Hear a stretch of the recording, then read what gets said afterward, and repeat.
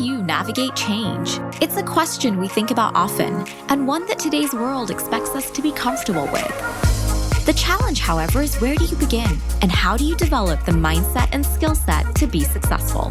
Welcome, everyone, to the Sprint to Success with Design Thinking podcast. I'm your host, Sabba.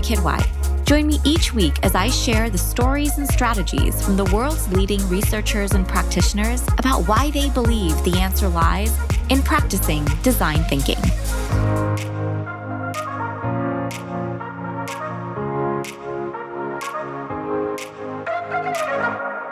Welcome, everyone. I'm your host, Sabba. Many of you know me online as Ask Miss Q, and I really could not be more excited to be launching this new show at the start of a new decade. What better time than the start of 2020 to begin thinking about how we can develop the mindsets and skill sets we need to thrive in today's world with design thinking. So what is design thinking and how can it help you?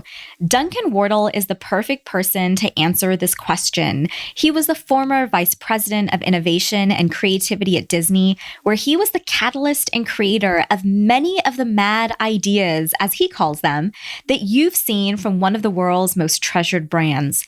He'll be sharing many things, but one of my favorites is how he teaches the power and strategy of asking what if. Today, Duncan is one of the world's most sought-after speakers on design thinking. He's a must-follow online, where he shares all his travels and insights from the different workshops and keynotes that he delivers. That wasn't where he started, though. You're going to be so inspired by his journey and his infectious passion for helping everyone rediscover the curiosity and creativity that they were born with. In recording for this podcast, I was reminded of just how privileged we are today to learn anything, anytime, anywhere with anyone. Today's episode with Duncan is really an example of just how powerful the tools and platforms that we have today really are. I hope you enjoy and learn so much from this conversation, and we would love to have you share your takeaways by tagging me online at Ask Miss Q, AskMSQ. And here, everyone, is my conversation with Duncan Wardle. Hi, Duncan, and welcome to Sprint to Success. I'm so honored to have you here today. Thank you. This entire podcast is really about helping people understand design thinking and understand the changing dynamic of just skills that the world is really looking for. So I wanted you to kind of open by sharing why design thinking and what are the 4 skills that you believe people excel over compared to machines. Design thinking. Why design thinking? Because it's actually, when we say design thinking, people go, oh, these people must be gurus. They must know what they're doing. Oh my God, these design thinkers, they're so great. Guess what? It's called common sense. Find out what the consumer wants and give it to them. That's called common sense. My mother would tell you design thinking is common sense. But here's the challenge. From 1920 to 2020, we didn't. We were all very product-centric. We were driven by Wall Street, right? We build it, they will come. Disney built theme parks, Coca-Cola made soft drinks, Walmart made stores. And for 100 years, it worked. And we didn't have to care about the consumer. And suddenly, in the next 10 years, we've got artificial intelligence scheduled to according to the editor of Wired magazine at Open World in San Francisco 2 weeks ago, he said artificial intelligence will eliminate 20% of the jobs in North America in the next decade. So we've got robots that we'll compete with that will be thousands of times more intelligent than us by 2030. We've got blockchain making the world completely transparent. We've got data getting better and better and better and better. And everybody's watching and investing in the tech side of the house, and they should. Not enough people are watching Generation Z, a generation who cares more about purpose than profit. They don't care about your quarterly results. In fact, they don't like the fact that your CEO makes millions of dollars and your frontline cast members have to go to a food bank every day, and they will challenge it. South Park was a beginning. Greta was a beginning. They will bring down government and they will bring down companies. If they don't believe in what you stand for, not only will they not buy your products and services in the next 20 years, they don't want to work for you. Why is it that everybody who's 18 or less wants to be an entrepreneur? Because they don't trust big corporations. Because they grew up through 9/11. They grew up through the mortgage crisis of 2009. And when you watch their mums and dads and aunts and uncles got laid off, that's why they want to be entrepreneurs. They don't trust you. And so the challenge is for a lot of companies now, design thinking is to first, I think that before we get just into the design thinking and looking for what consumers are looking for is, if you ask most companies what's their purpose, they don't know. And if you ask employees of a company, describe what's your purpose, what's your why is it you do what you do? You'll get a different answer from every single employee. Most companies think purpose is a philanthropic cause. It's not. That's a philanthropic cause. Purpose is what you stand for. What gives you the right to sell me anything? And so I was asked recently to give a talk to the world's largest tool manufacturer. They make more hammers, chisels, and saws than anybody else. I thought, gosh, I know nothing about them. I know nothing about their consumer design thinking principle. Go meet one. So I spent a day in Home Depot and Lowe's watching and listening to their consumer at the point of purchase. And I went back to talk to the world's largest tool manufacturer, and I said, guess what? They're not talking about your brand. They don't care who you are. They're not talking about your products, the hammer, the chisel, or the saw. They're not even talking about your price point, $14.95, $22.50. What they're talking about very animatedly and excitedly amongst themselves is what's important to them, consumer-centric. What's important to them is, if you listen to them, go to a Home Depot one day, just like, we're going to build our dream kitchen. We're going to build our dream bathroom. Oh my God, I'm so excited. We're going to build our dream house. Your purpose, if you choose to create one, Mr. and Mrs. Tool Manufacturer, is you could be the brand who helps people build their dreams.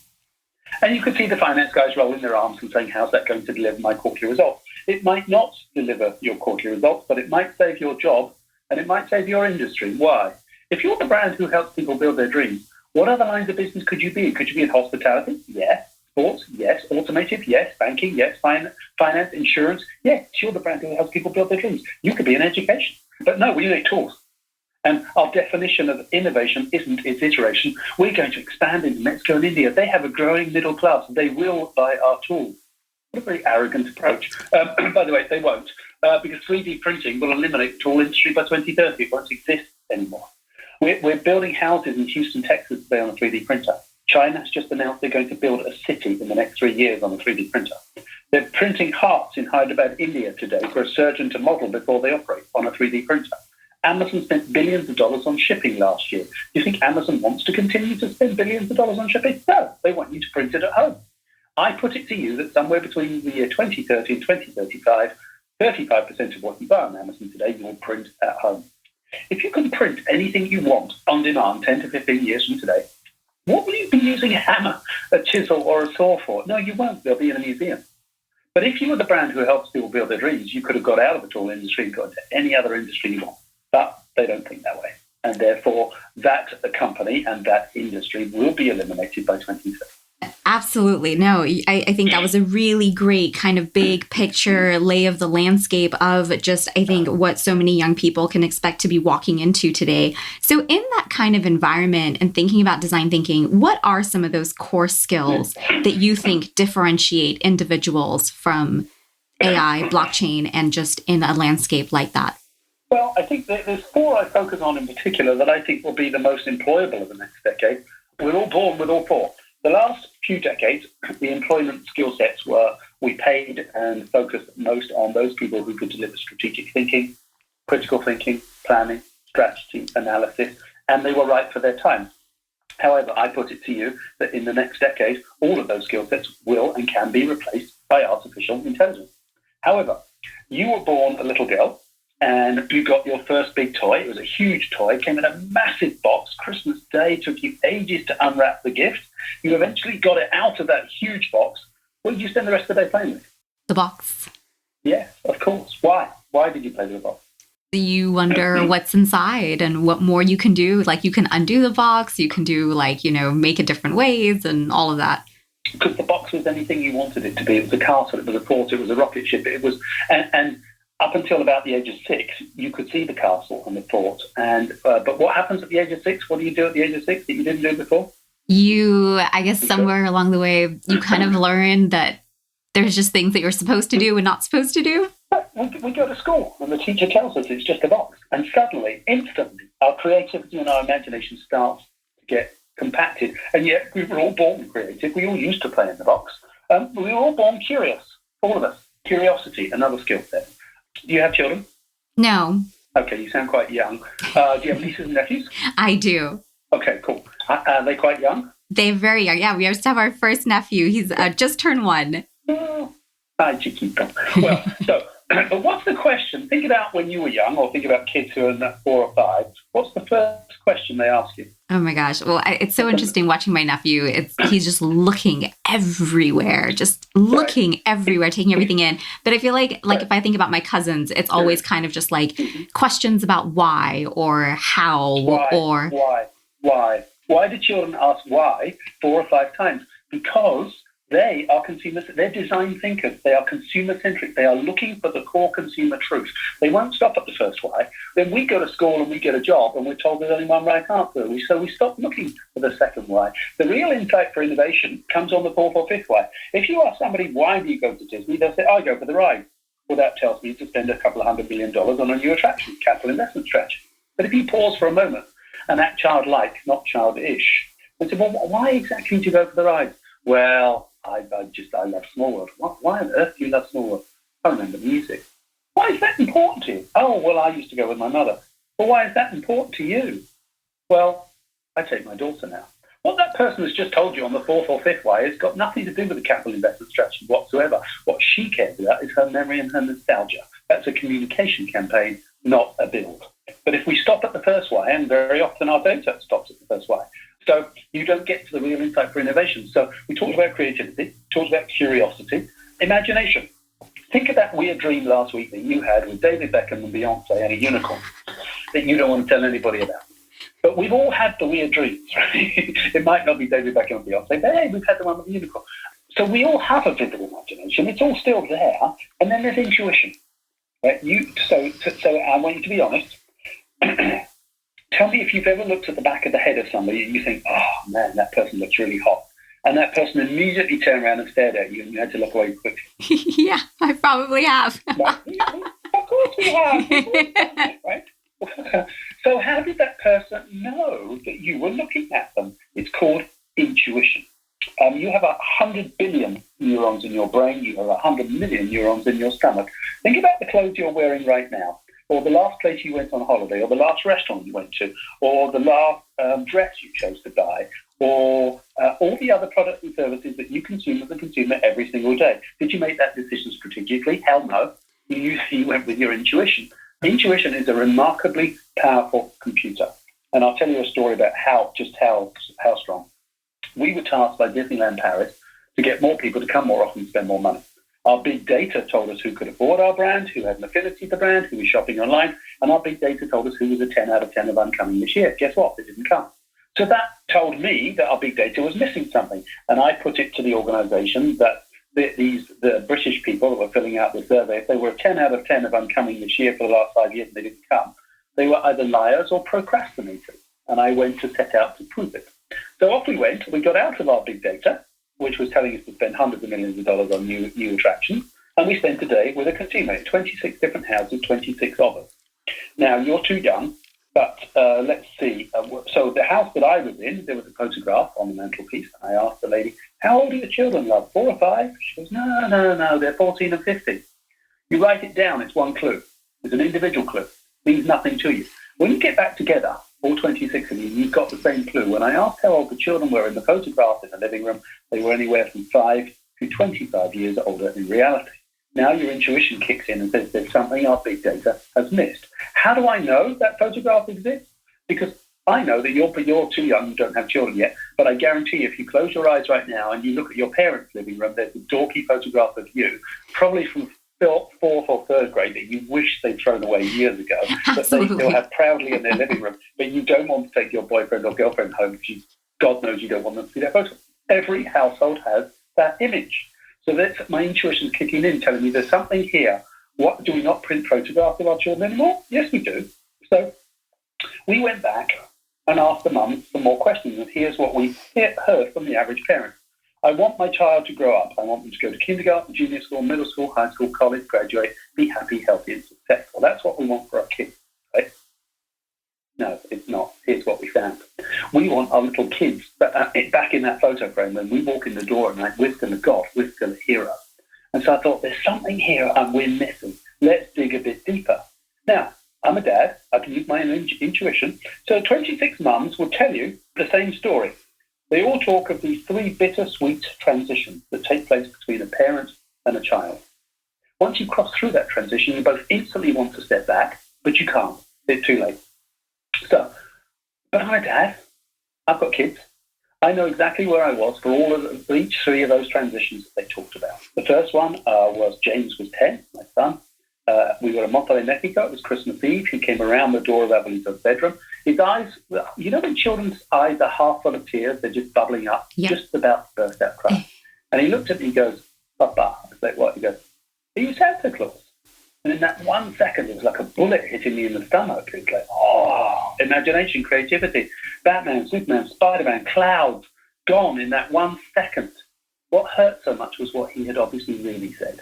Because I'm not your little boy anymore, Daddy. I'm growing up. That hurt.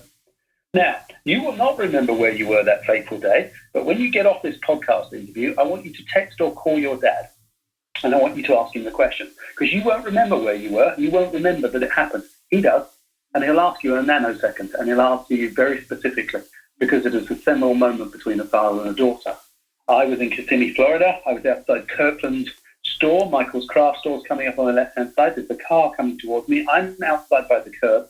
My daughter's inside me. She's 13 that Tuesday morning. The day she dropped my left hand in public for the first time because she didn't want to hold Daddy's hand anymore. That'll break your heart. And by the way, I challenge you. Get off this call, go call your dad, and he will know exactly where he was the day you dropped his hand for the first time. And he'll tell you if it was his right hand or left hand. Oh my gosh. It was a seminal moment between a father and a daughter. The last one for us was last December. My daughter graduated from university. And actually, I'm standing in the bedroom as I can because I'm not going to my daughter's bedroom. I've only been once since she left. I can't walk into her bedroom because I cry. Because it's tidy and it's quiet and it's empty.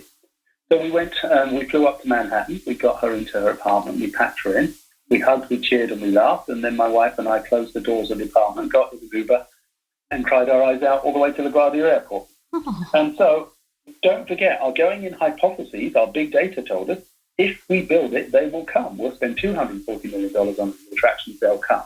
What we found by living the principles of design thinking, get out of your data, get out of your focus groups, go and spend a day with your consumer, and you just might find an insight for innovation you can't find anywhere else.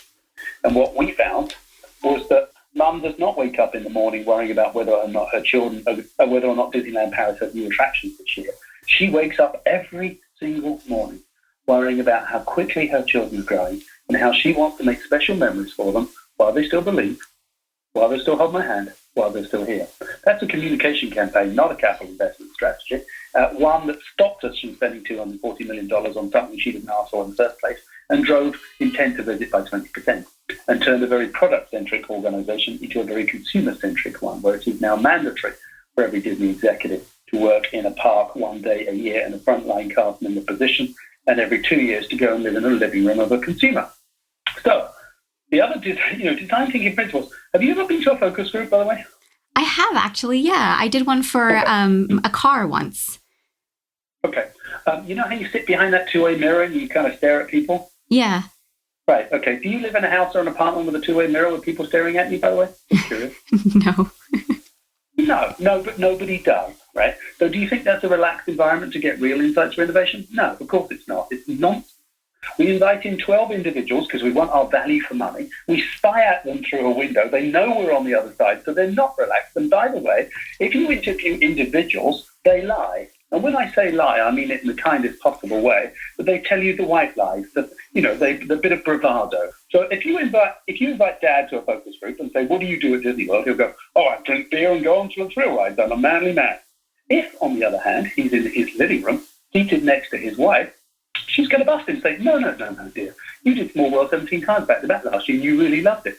And so you get real insights out of couples that you'll never get out of individuals. You get real insights out of getting into their houses because you will find things and see things that may have been in your data buried on page 37, bullet point 14, and you can't see it. You can't feel data. Going back into, we're all born creative. We're all born with an amazing imagination. We used to say why, and why again, then we stopped. And we're all born with intuition. And in the next decade, and I've asked a couple of AI experts, because they know far more about AI than I do, I've asked them, I said, do you believe artificial intelligence will replace or could we program creativity, imagination, curiosity, and intuition in the next decade? And irrevocably, everybody said no. Therefore, I put it to you that the strongest skill sets the human race has to offer in the next 10 years are actually the things we're born with. The things that we've been told to bury for years because they weren't important will become some of the most employable skill sets for the next decade, simply because they can't be programmed. Yeah, no, absolutely. And I want to dive back into some of those skills a little bit later, but I'd love to have people learn a little bit more about your background, because I think so much of what you talk about is so embedded in your own personal journey from the time that you found that internship at your university to your position at Disney. Can you talk a little bit about how you found your purpose and how you came into doing the work that you do? Well, I wanted to be an ancient Egyptologist. I was going to be an archaeologist. This was way before Indiana Jones. And I was at Edinburgh University in Scotland, looking at the notice board to see if I'd been chosen for the rugby team for the weekend or not. And there was a picture of Mickey Mouse. How are we doing? So it's a chance to meet an American. You're like, ooh, what's an American? So I went along to the interview, and at the end of the interview, this lady was seated when I walked into the room behind one of those skirted tables. And at the end of the interview, she stood up. Well, don't forget, this is the first American person I've ever met. Well, Becky, lovely lady, she's 6'5". She's from Texas. And as she stood up, all I could remember was hearing 2001 Space Odyssey playing inside my head, thinking they can't all be that tall. Anyway, so there was a chance to come and represent Great Britain at Epcot, if you've ever been to Epcot. My very first job, September 1986, barman, Rose and Crown Pub. I met my wife there. I was a barman in the Rose and Crown Pub. She was a Mexican Aztec goddess on the other side of the lake. So we got married 32 years ago. I then went back and joined Disney in London. My very first assignment was the royal premiere of Who Framed Roger Rabbit, 1988, in the presence of the Princess of Wales, Princess Diana. This was the day when I found out what a contingency plan was, because my job was simply to stand at the bottom of the stairs. Roger Rabbit would come down the stairs. Princess of Wales would come in along the receiving line. And if she chose to engage with Roger at the bottom of the stairs, great. If she went into the auditorium, tough. So you think, okay, how could you possibly screw that assignment up, right? So I'm standing at the bottom of the stairs, minding my own business. Roger comes bouncing down the stairs. What a contingency plan will tell you. The average step on a stair is about the same length as your foot. Well, if you're a 6-foot rabbit and your feet are 3 foot long, Roger tripped over his own feet with 6 steps to go, and he goes hurtling through the air directly towards the head of the Princess of Wales, Diana, where 2 royal protection officers took him out in midair with guns drawn. There's a very famous photograph, you can still find it on Reuters, with Roger on the floor, 2 Secret Service guys on top of him with guns pointed at his head, and a 22-year-old man called Duncan in the background, looking totally like a frozen rabbit, like, shit, I'm fired. So I didn't go to the office the next day. I thought, God, I'm fired. I got a phone call from my boss. He said, where are you? I said, I'm at home. He says, why? I said, well, I assume I was fired. He said, no.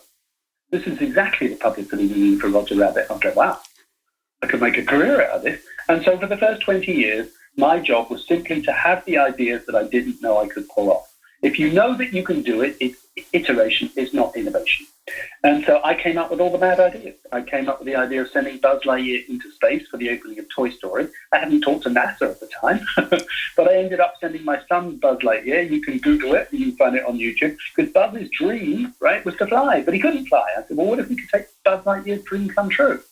So we did. He's the longest-serving astronaut in space. If you go on YouTube and type Buzz Lightyear in space, you will see him flying in space. And so I built a swimming pool down Main Street, USA, for Michael Phelps to swim down. I helped Pixar come up with some of the... So Pixar, the genius of Pixar isn't the ability to tell a story. It's the ability to find the core consumer truth. I grew up in the 60s. Cowboys were gods. Davy Crockett, John Wayne, sheriffs. I had the tassels, I had the hat, I had the badge. And then one day, this man came down the steps and said, one small step for man, one giant leap for mankind. And suddenly we were like, oh, screw the Cowboys, I'm going to be an astronaut. Well, Toy Story was written for me. When you were a little girl, did you have a monster under your bed or in the closet? I did. Of course you did. Monsters Incorporated is clearly written for you. Have you seen the film Inside Out, the one with the girl and her emotions? Yes, I have. Right. Are you or are you not, a part of your day-to-day, consumed by joy? Always. And then suddenly somebody makes you angry, and suddenly you're angry. Then somebody does something you hate, and you're full of disgust. So these aren't just stories. These are stories embedded in core consumer truth that we can all relate to. That's what makes them so strong. So I did a Super Bowl halftime show. I was helping to design some new exams. And then I got a call and said, look, you're the guy with all the big ideas. You're going to be in charge of innovation and creativity. I was like, well, what the hell is that? And my boss said, don't know, go figure it out. So we surveyed 5,000 people at Lucasfilms, Pixar, Marvel, Disney Parks, ESPN, ABC, and asked them what were the barriers to being more innovative and more creative. We found 5. And this, I think, will probably relate to a lot of your listeners. Number 1, always number 1, I don't have time to think. Number 2, consumer insight is underused. We're a product-centric organization. Number 3, we're risk-averse. We've got quarterly results. Number 4, ideas get stuck, deleted, or killed in this through the process. Number 5, we've all got a different definition of innovation, so we're all heading in different directions. So we tried 4 models of innovation. Model number 1, I hired IDEO and said, make me look good, because I thought they would know what they were doing. That was great. They ran great projects, but when they left and you had an honest conversation with yourselves about what have we learned, how we learned about what they do, the answer was we hadn't, because it wasn't in their best interest to show us how they do what they do, and we wouldn't hire them again. Model number 2, we're going to create an innovation department. I'm going to be in charge of it. What could possibly go wrong? Well, when you're a team of 20, 25 people and an organization of hundreds of thousands, are you really having, you can be a catalyst for change, but you also send a subliminal message to the rest of the organization. You're off the hook. You don't have to innovate. We've got an innovation team. Model number 4, we created an accelerator model where we brought in young startup tech companies and partnered with them because they had something very new, very cool, very innovative, but they didn't know how to scale it, bring it to market. Disney does that very well. So that worked very well in bringing products and services to market quicker. But none of these models helped embed innovation into everybody's DNA. And if you listen to all the chair people around today, the chairperson, saying, we must innovate, you must take risks, we must be brave, we must think differently. And all of their employees are sitting there going, great, how? How do I do it? And nobody's showing people how. So having been at Disney for 30 years, head of innovation creativity, people think I'm mad because I left. No, I'm not mad. There's this monstrous gap in the market that I'm able to fill by going into organizations and teaching them how, by making innovation easy, creativity tangible, and the process fun. A lot of companies hate the word fun because they think it doesn't imply business results. You can't change a culture by talking about it and hiring a head of HR and doing let's do some compliance training. Oh, yeah, great. Boring. People have to want to change. And the only way you can get them to do it is by giving them a toolkit that they choose to use when you're not there. A toolkit that makes innovation easy, creativity tangible, and the process fun. So Fred and Sally, who worked for you for a year or 20 years, choose to use it when you're not there. That's culture change, and that's what I do now. And I love it because, look, the last 6 weeks, I've been in 10 European countries, 3 Asian countries, India, which I adore, Colombia yesterday, I'm back in the States today, I'm leaving to Bogota tomorrow, and every time I go overseas, I always ask whoever I'm going to, hey, is there a local not-for-profit or a school or a university where you would like me to come and give a keynote as part of me coming? I'm not going to charge you any more money because I'm really passionate about it, because I grew up in an organization where we were told you're not creative. The creatives are on the second floor. Bullshit. Everybody's creative. I do not define creativity as the ability to paint, write music, or do graphic design, or write movies, or act. I define creativity as the ability to have an idea, and everybody can. And I define innovation as the ability to get it done. All I do is help people, remind them that they're creative, show them how to be again, and give them the tools to innovate. It's about taking something that's design thinking. Oh, I'm so intelligent. No, it's not. It's common sense. Just make it easy, tangible, and fun. And I love that because you keep bringing it back to this idea of common sense, this idea that we're born with all of these things. What is it in particular you think about design thinking that makes it common sense? And how might a student, say like someone like me, or, just like you're thinking about our high school or college students today, begin to kind of dive into this before they get to an organization? Understand your consumer. Go and spend a day with them. Go and watch somebody in a shop.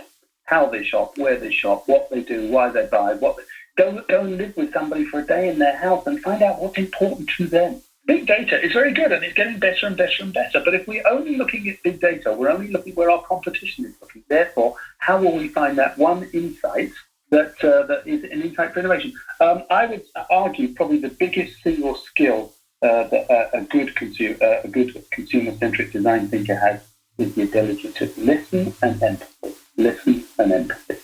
Hear what's important to your consumer and design something for what they're asking for.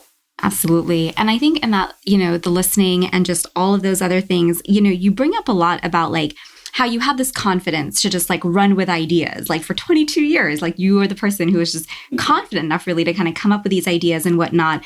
I feel like a lot of times, a lot of people say that in organizations, people are also told, like, you know, like when you're younger, like stop asking so many questions, like, or the new ideas can sometimes frustrate people. And you shared a really beautiful article in Strive Project about the power of asking what if. And I was wondering if you could share a little bit about where you got the confidence to just run with ideas or how you pitch those ideas and why asking what if is important. So there's a couple. There's what if and there's yes and. What happens is, and we're at a unique tipping point in time, and it's truly unique. Up until literally today, we younger people always had more to learn from the older people than the other way around. And I don't believe that to be true anymore. And the older people are scared of that because it's intimidating. And so they choose to ignore the younger people because it's frightening, because they're challenging the way they think. And yet Generation Z is pushing harder and harder. Organizations that lean in on their younger employees will be more successful. Because let's be honest, right? Whether we like it or whether we agree with it or whether we disagree with it, if you did a poll of the top 2,000 companies inside the United States of America today, I'll bet you their board is 80% male, 80% white, 80% 55 or older, who care more about their retirement, their shares, and their bonuses than they do the future of their company, right?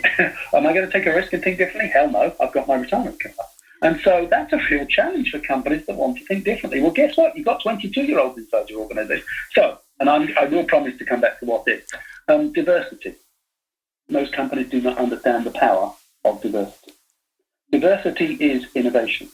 If somebody thinks different to you, if somebody looks different to you, they think different to you. And if they think different to you, they will help you think differently. That, again, is called common sense. Most organizations do not have common sense. So, do you have a pen and a piece of paper? I do. Good. I'm going to name an object. You're going to draw it, but you only get 7 seconds to do it. Are you ready? Yes, absolutely. Okay, I would like you to draw a house. 7, 6, 5, 4, 3, 2, 1. Pen down. And now, I want you to answer some questions for me. Why did you draw only one door? Why did you draw it in the middle? And why did you draw it on the ground floor? Why did you only draw 2 windows? And why are you so insecure that you put crosses? And what shape's the roof? I already know. It's a bloody triangle. So how much of that did I get right? Oh my gosh, everything except there's only one window, but everything else is correct. Okay, right. Right, because you jumped into your river of thinking of what you think a house should look like. So I was asked to design a new retail dining and entertainment complex for Hong Kong Disneyland. I had in the room 12 white male American architects. That's called groupthink. I asked them to draw a house. I knew what they were going to draw. They drew what you drew. So I had in the room, and I would advise anybody when you're trying to think of new ideas, bring in somebody who doesn't look like you. Bring in somebody who doesn't work for you. Bring in somebody who doesn't work in your industry.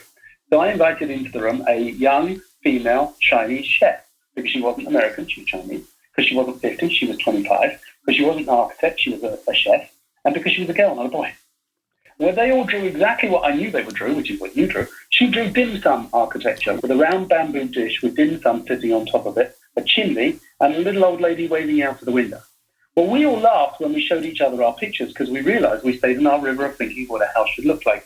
She gave us permission to get out of our river of thinking and consider audacious architecture. If anybody in the world could consider audacious architecture, it would be the Walt Disney Company.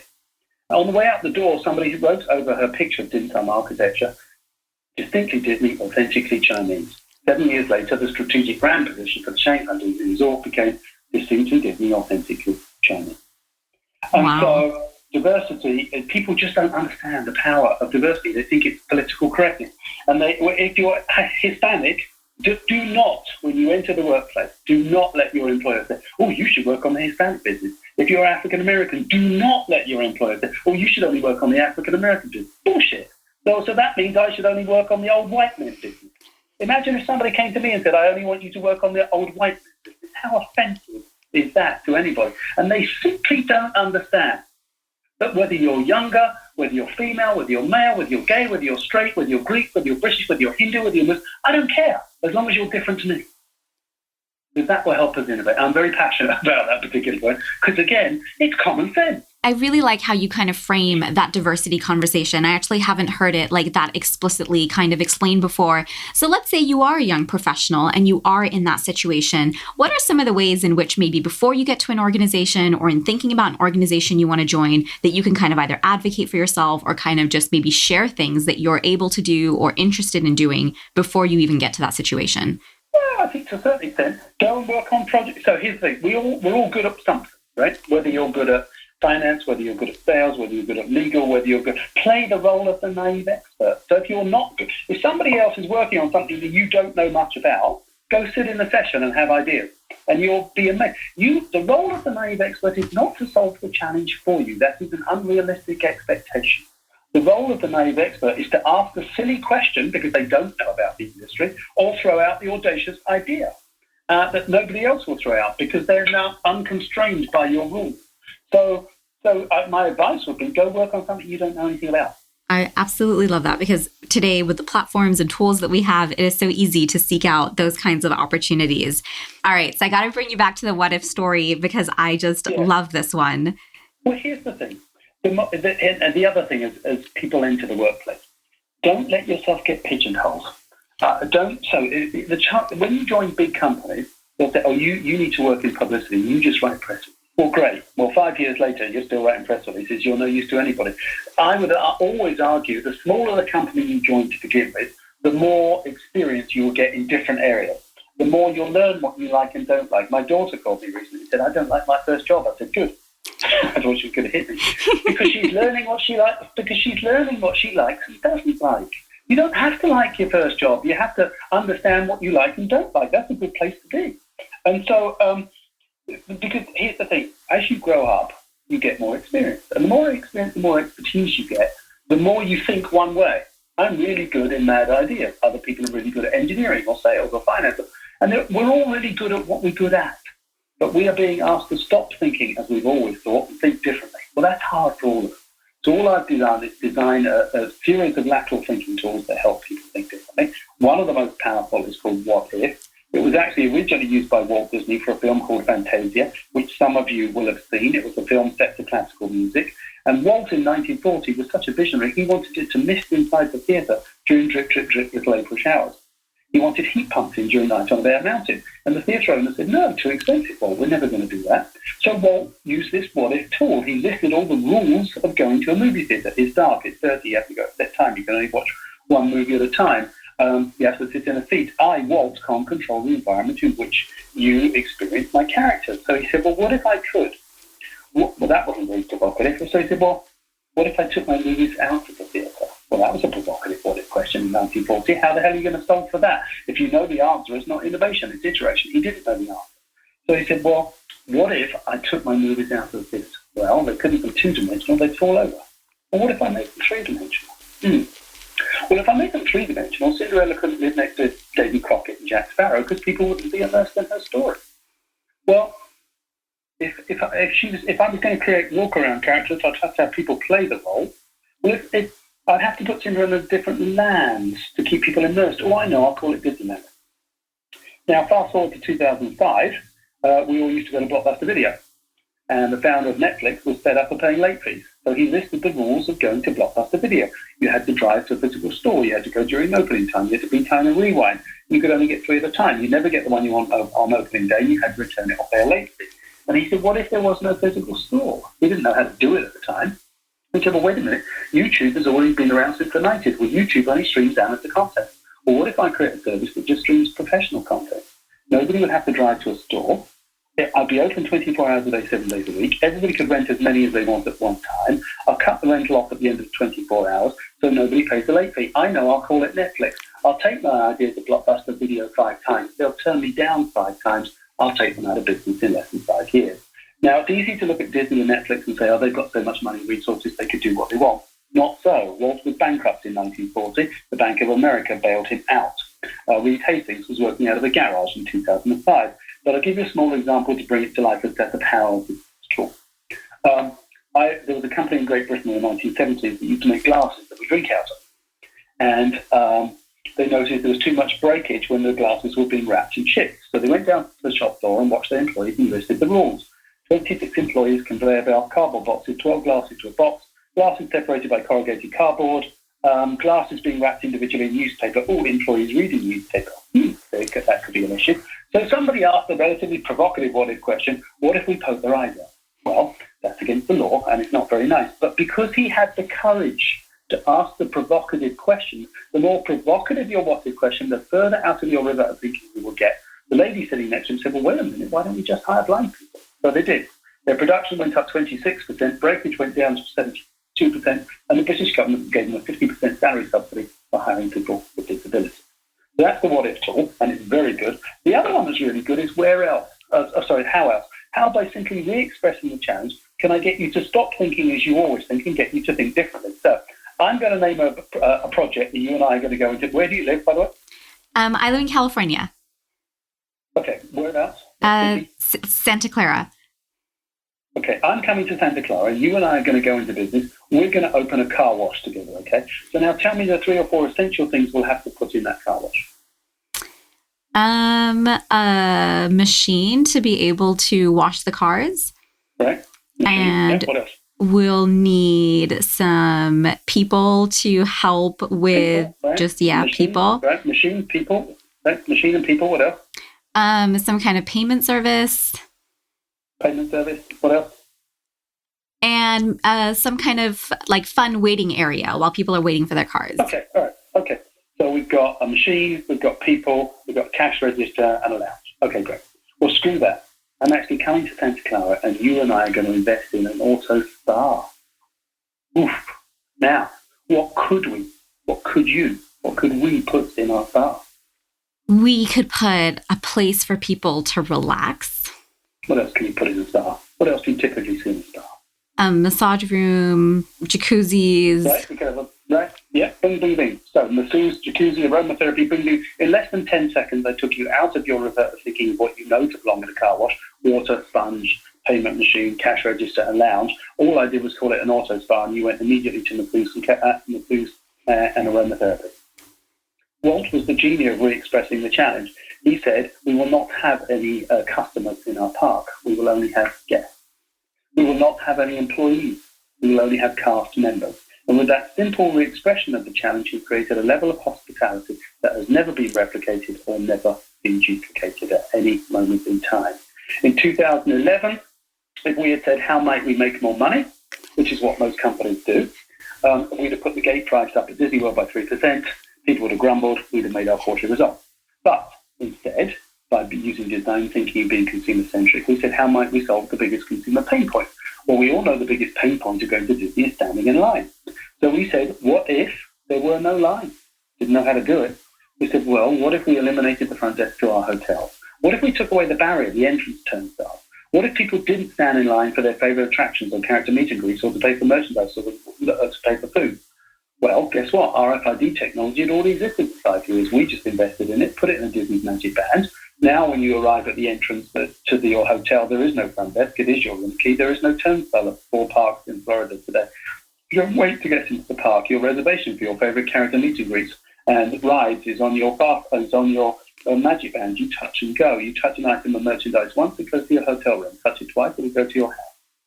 You save your food on your smartphone. I'm going to Pinocchio's Village House for lunch today. I want a hot dog with pickles on the side. I now walk in, touch table 47, food comes fresh to me. Had we have asked how might we make more money, we'd have made 3% as I mentioned. But because we said how might we solve the biggest pain point, the average consumer in a Disney park today has 120 minutes of free time they didn't have 4 years ago. What has that resulted in? Record revenues on food and beverage, record revenues on merchandise, record guests intend to return, record guests tend to recommend. Simply by not asking how might we make more money, but using design thinking principles and asking how might we solve for the biggest consumer pain point. Big data, you want big data? 25 million visits a year, every second of every day, by what they touch and telling us what they like and what they don't like, and informing the future design of every product and service inside a Disney theme park. That is such a beautiful story. I've actually never been down to the one in Florida. I've only been to the one in California, and I feel like I have to experience that now. You've got your nephew. Come on. No, I know. Absolutely. Oh my God, I can't wait to take him there.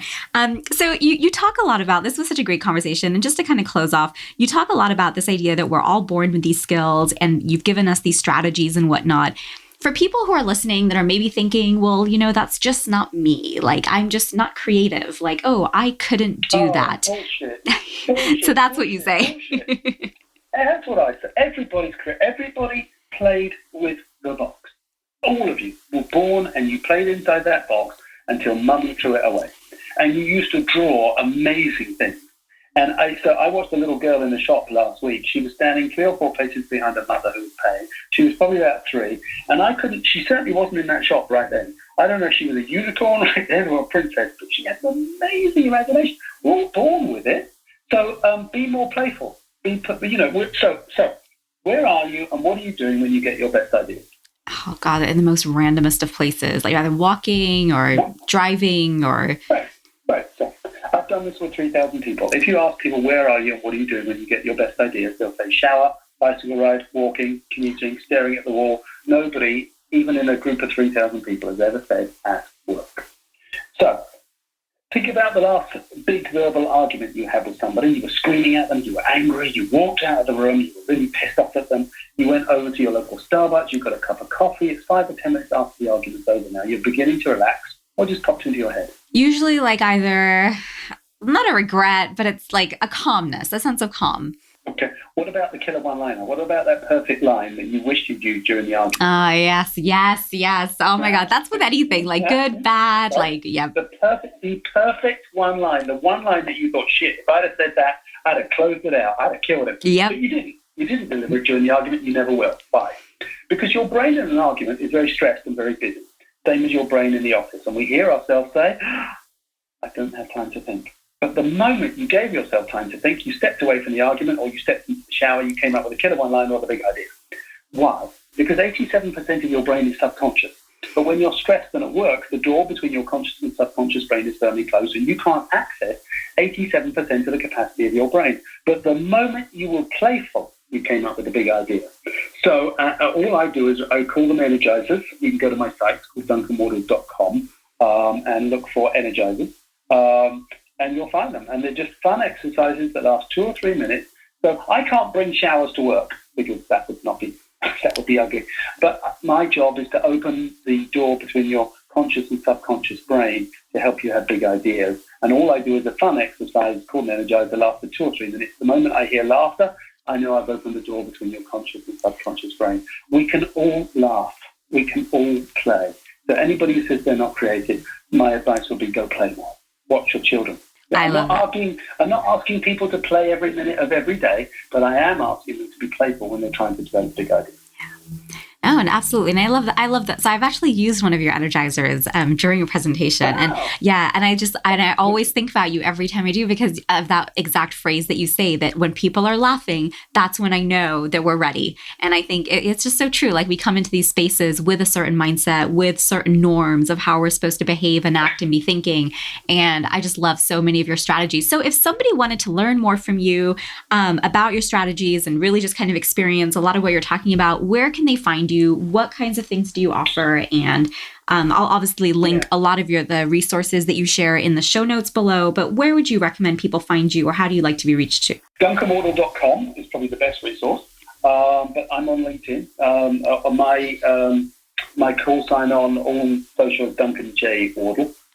They can find me on LinkedIn, they can find me on Instagram, they can find me on Facebook, they can find me on my website. There's a blog, and so I publish lots of stories there. And I'm starting to publish all the tools. I think there's one blog already on What If, which is a step-by-step guide on how to use it. I also run workshops. And then I also do public masterclasses where I'll go into a city, I'll arrive, I'll announce it 3 months in advance saying I'm going to be in city X. My next one is in Calgary. It's in March, where it's usually about $500 for the day. And people can come and they learn the entire design thinking process. That's or fantastic. Innovation creativity. Sounds so much more fun than design thinking. Yeah, no, I love that. And you know what? I want to talk just if you could really comment really quickly just on your social media and your use of it, because you do a really great job of tying in not just where you are, but also just a lot of these insights that you're sharing. Can you talk a little bit about like your perception of social media and just how you use it and why? So most people, let's face it, including me, they use social media to say, look at me, aren't I great? Aren't I having fun? Oh my God, my life's so much cooler than yours. That's why we use it. Let's not lie here. However, if you're in business, I would suggest you reverse that strategy and say, how can I give back?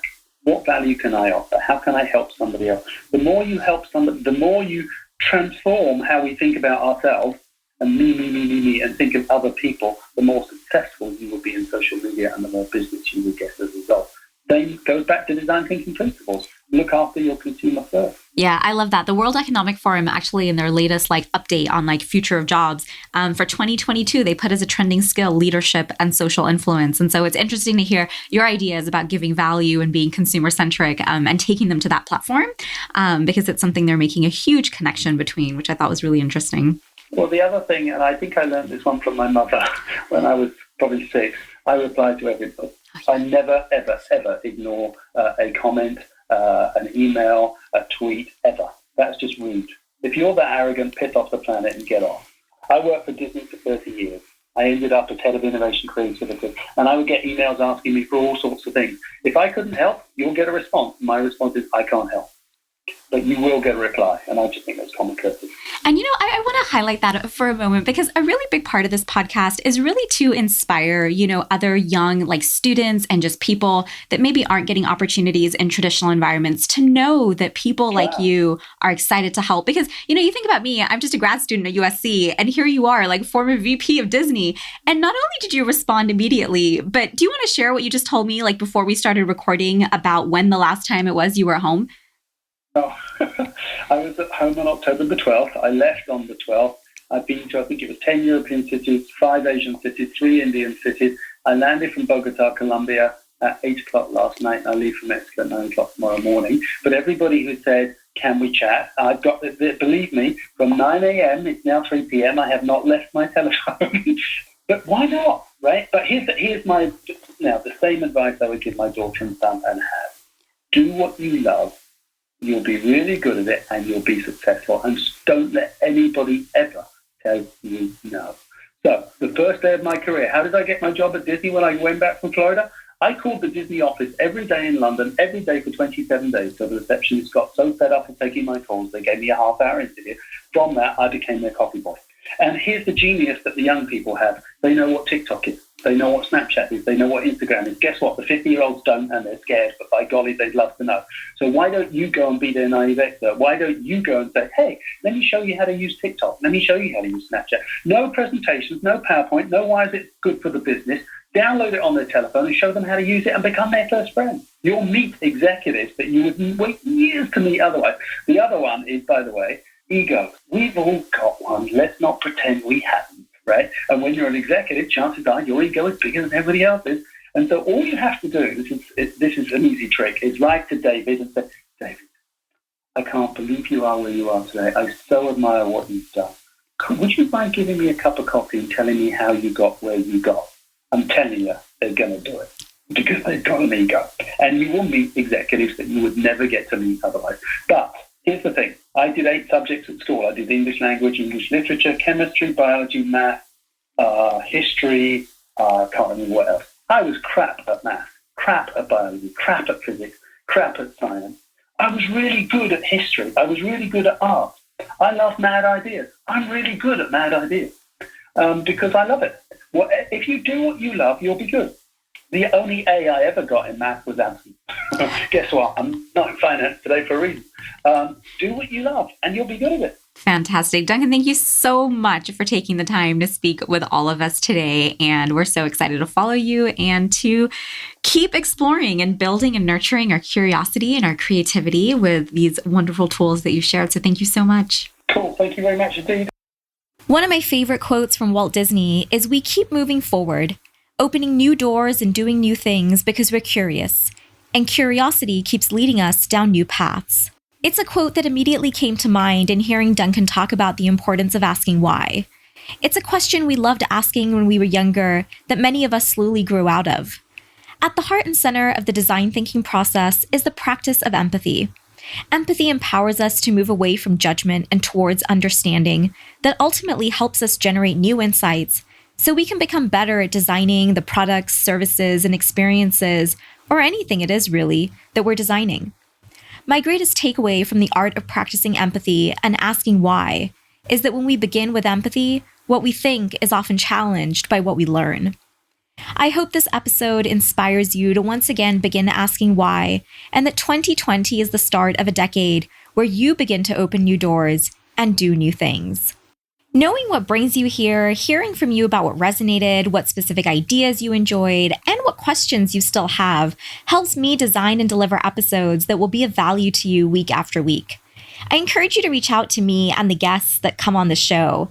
I'll be tagging our handles in the show notes below, along with other resources that Duncan shared. Tagging people online or sending a DM is a great way for you to spread kindness, build your network, and continue the conversation with people you're learning from on this podcast. You heard from Duncan about how much he enjoys responding to those who take out the time to message him. So you can trust me when I say it absolutely makes someone's day when you tell them about the impact that they've had, not to mention the influence it can have on your career. You never know which conversations will lead to what opportunities. The work I do is driven by a quote I once heard from William Gibson. He says, "The future is here, it just isn't evenly distributed." Leaving a review for the podcast helps others learn about the show, giving them the gift of knowledge and allowing this community to help share ideas and opportunities others may not even know exist. It's your turn to join the conversation by sharing what you enjoyed or what questions you still have. In a world where time and attention are so valuable, thank you for choosing to listen and for being a part of our Sprint to Success with Design Thinking community.